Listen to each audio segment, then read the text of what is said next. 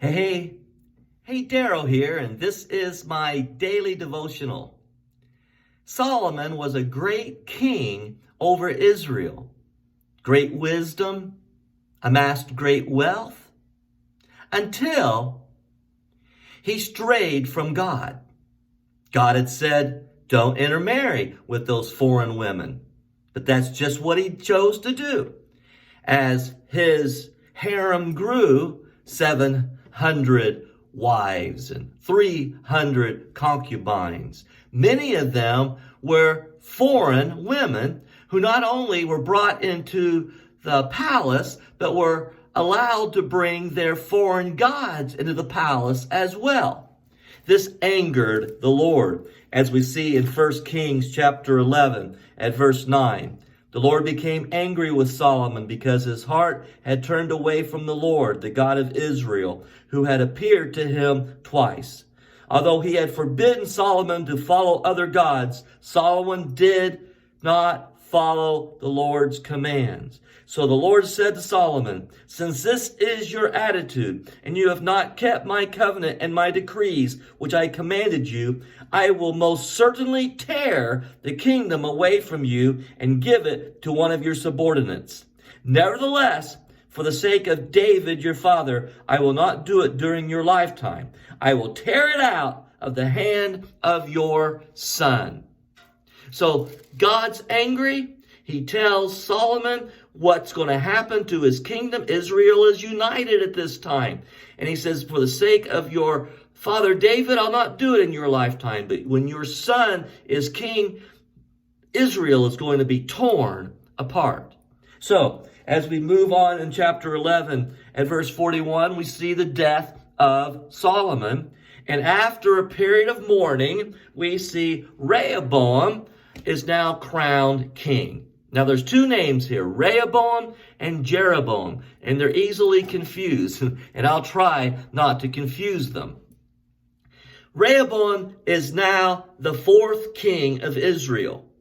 Jeroboam comes as a representative of Israel to Rehoboam and says, your son, your father, Solomon, has placed many yokes on us, much burdens and taxations, and I'm requesting that we have some relief.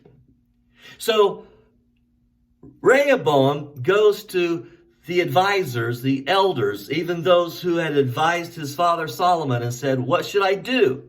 And they said, if you will relieve them some of the burden, they will be your servants for life. But then he went to another group, a younger group of men that he grew up with as advisors, and said, what do you think I should do? And they said, make their burdens greater. Give them more taxation. And so tell them that your little finger is thicker than your father's wrist, saying that's how much stronger I am and how much heavier the yoke will be. Well, you can only push people so far before they finally rebel. And that's just what happened. With Jeroboam as their leader, there's a rebellion in Israel, and Israel is torn apart. We have what's now known as the northern kingdom, which is Israel, and now the southern kingdom, which is now Judah, which encompasses Jerusalem. And Jeroboam is now the leader crowned as king of the northern kingdom, and we have Rehoboam in the south. Now Jeroboam says, now I can't allow my people to go to Jerusalem to worship, because there they'll find that they want to follow Rehoboam. And so what Jeroboam does at Bethel and Dan, he builds them golden idols. Oh, there's the golden idols again. He builds them golden idols. And this is where we see the division of Israel.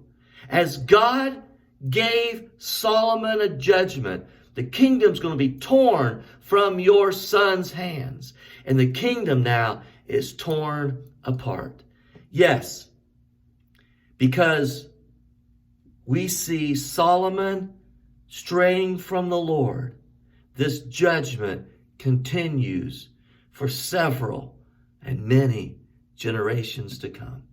Oh, be sure, when God gives commands and decrees, follow them. It takes one generation to turn a whole family away from God. God bless you. Good day.